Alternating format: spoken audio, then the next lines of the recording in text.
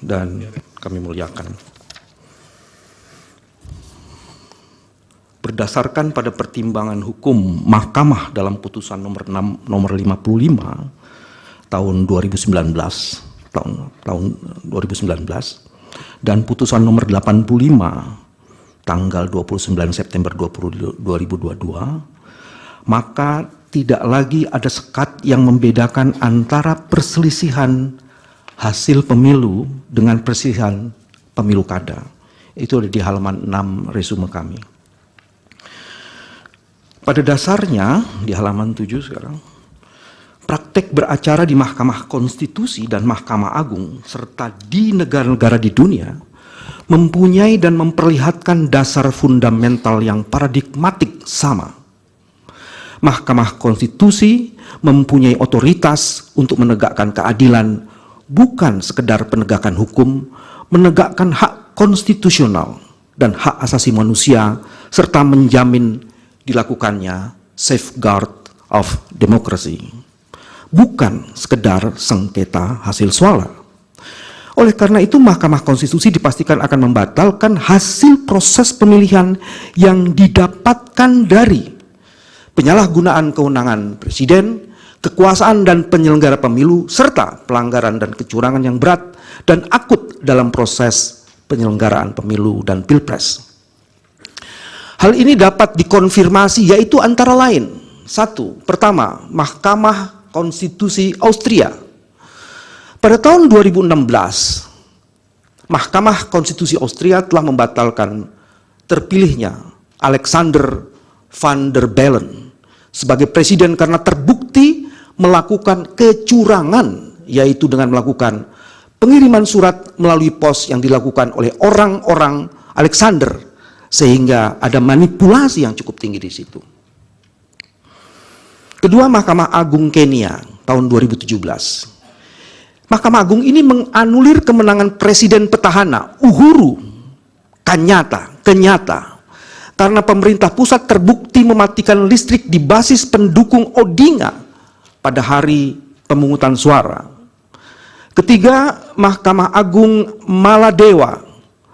Mahkamah Agung ini membatalkan hasil pemilu karena ada 5.623 orang tidak memiliki hak pilih, diantaranya orang yang meninggal, pemilih di bawah umur, dan pemilih yang menggunakan identitas palsu, tapi mereka justru bisa ikut pemilu. Keempat, Mahkamah Agung Ukraina. Mahkamah ini memutus diadakannya pemilu ulang karena terbukti pemerintah Ukraina melakukan intervensi dalam proses pemilu.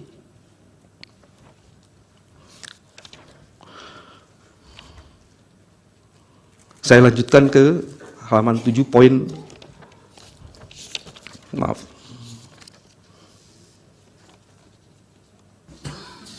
Bisa langsung kedudukan hukum, Pak Bambang. Ya, saya masuk di pokok permohonan. Baik, silakan. Kedudukan hukum dan bagian lainnya sudah ya, dianggap, tenggang waktu permohonan sudah dianggap dibacakan. Alasan permohonan pembatalan hasil pemilihan disampaikan atas dasar terjadinya rangkaian pelanggaran terukur dan pelanggaran-pelanggaran yang secara kualitatif menguntungkan pasangan calon 02, namun sebaliknya merugikan pemohon. Hasil pemilu berdasarkan rekapitulasi yang ditetapkan oleh KPU melalui SK KPU dikemukakan urutan perolehan suara. Tidak kami bacakan. Hasil perhitungan suara untuk 02 di atas diperoleh dengan cara yang melanggar azas pemilu dan prinsip penyelenggaraan pemilu bebas, jujur, dan adil.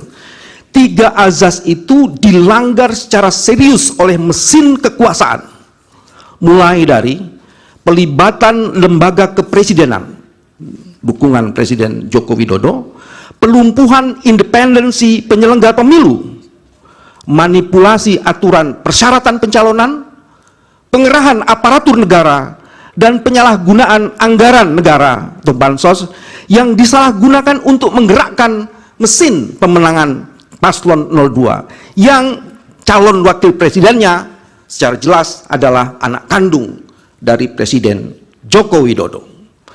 Fakta hukum bahwa dukungan Presiden Joko Widodo dapat dimaknai sebagai manifestasi dari sikap dan perilaku patronasi yang mensugesti peran para menteri di kabinetnya untuk memberikan dukungan terbuka dan di sebagiannya bahkan ikut terlibat secara intensif di dalam kampanye untuk mendukung putranya sebagai calon wakil presiden.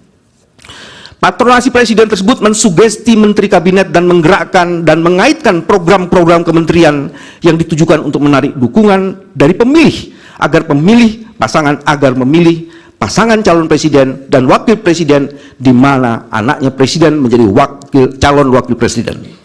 Dan tindakan di atas adalah pelanggaran atas pemilu dan prinsip penyelenggaraan pemilu. Kesemuanya dapat dikualifikasi dan dikategori sebagai election fraud, tindak kecurangan dan pelanggaran pemilu. Dukungan Presiden Jokowi merupakan berupa penggelontoran dan pengalokasian sejumlah dana dengan tujuan pemenangan paslon 02 bisa dikualifikasi sebagai barrel politics. Tindakan Presiden Joko Widodo itu dapat dikualifikasi sebagai penyimpangan dana insentif negara untuk publik yang digunakan sebagai transaksi politik pemilu dan ditujukan untuk mempengaruhi pemilih. Tindakan tidak netral Presiden Joko Widodo telah terbukti menguntungkan calon tertentu dengan melonjaknya suara paslon 02 secara drastis setelah melalui operasi pengerahan sumber daya negara. Sebelum Agustus 2023, Prabowo Subianto menurut survei berkisar di angka 24,6% Oktober 2023. Di saat dipasangkan dengan putar Presiden Joko Widodo, suara pasangan tersebut naik di atas 30% dan melejit sampai di angka 51,8% pada bulan Februari 2024 sebelum pemungutan suara. Dengan menyandingkan survei, ada di capture majelis. Dengan menyandingkan survei antara sebelum dan sesudah adanya intervensi kekuasaan, terdapat kenaikan tidak wajar sebesar 34% hanya dalam kurun waktu 5 bulan terhitung sejak Oktober 2023 sampai dengan Februari 2024. Ini sesuatu yang sangat luar biasa, menunjukkan ada intensi kecurangan yang dahsyat. Pelanggaran berupa pelibatan lembaga kepresidenan untuk kepentingan paslon 02 nampak dan terbukti dari kampanye terselubung oleh Presiden Jokowi dalam berbagai kunjungannya. Ini nanti akan kami jelaskan di bagian lain.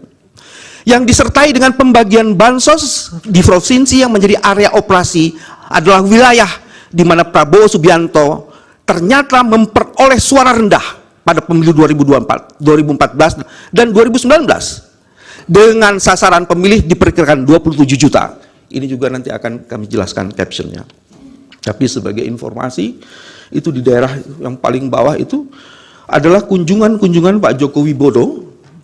Yang paling bawah di Jawa Tengah ada 1, 2, 3, 4, lebih dari 15. Dan di daerah-daerah itu bansosnya luar biasa, intervensi terhadap aparaturnya juga luar biasa, dan kenaikan perolehan angka paslon 02 juga luar biasa. Jadi berdasarkan riset ini dapat ditentukan bahwa intervensi bansos, penggunaan aparat negara itu mempengaruhi peningkatan suara. Nanti PPT-nya ini dibagi untuk hakim dan juga untuk para pihak ya Pak? Ya, kami akan serahkan semuanya setelah presentasi ini. Baik. Di halaman selanjutnya majelis, halaman 13, itu juga hasil survei Pak Prabowo beberapa tahun. Coba tolong jelaskan. Di situ ada kenaikan-kenaikan yang luar biasa. Setelah kunjungan dari Pak Jokowi ke beberapa tempat, di beberapa daerah, kalau kita